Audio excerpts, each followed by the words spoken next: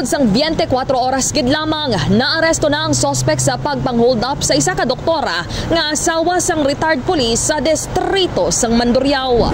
Ginakabig na nga case closed sang Iloilo City Police Office o kon ICPO ang nagluntad nga robbery incident sa SM City Iloilo sa distrito sang Mandurriao pasado las 7 sang gabi Setyembre 3. Ini matapos nga nadakpan ang wala ginhingadlan nga suspect nga grabanta 30 tubtob 40 anyos ang pangidaron sa Ilapuloyan sa Barrio Obrero Lapus gab isang Setyembre 4. Suro kay Police Colonel Kim Legada, direktor sang ICPO, nangindako nga bulig sa paglocate sang suspect ang mga CCTV footages halin sa nasambitan nga mall sa area sa rin ginhaboy ang wallet kag padulong naman sa area sang Lapus.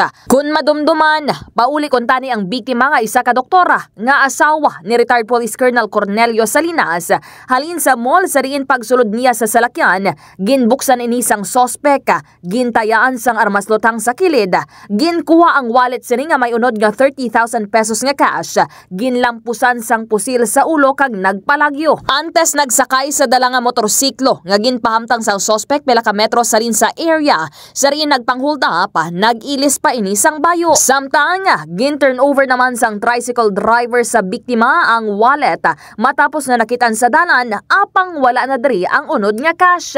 Nakitan sa CCTV nga nagpondo sa city proper ang suspect, ginbukad ang unod sang wallet antes ginhaboy sa dalan kag may ginsugat ini nga isa ka babayi. Matapos nga natumod ini kag natultulan sang kapulisan, nadakpa naman ang suspect sa Ilapuloyan. Ginpakita naman ang laragway sang suspect sa doktora nga iya naman gintumod nga amo ang nang biktima sa iya. Sa karon, ginakabig ini sang kapulisan nga isolated case kag natala na ini nga pasakaan sang kaso nga robbery.